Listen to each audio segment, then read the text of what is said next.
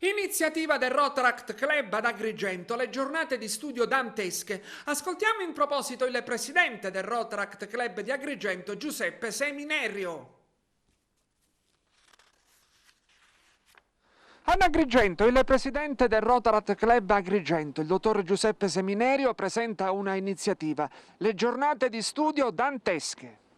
Sì, quest'anno ricorrono i 700 anni dalla morte del poeta Dante Alighieri. Noi come Club Rotaract abbiamo voluto fortemente dedicare alcuni giorni ad una manifestazione di giornate di studio coinvolgendo le scuole del territorio, i 3 licei di Agrigento e la scuola media Sciascia di Racalmuto. E poi ci sarà un convegno finale con il professore Massimo Arcangeli, al quale parteciperà anche il segretario generale della società Dante Alighieri, il dottore Alessandro Masi.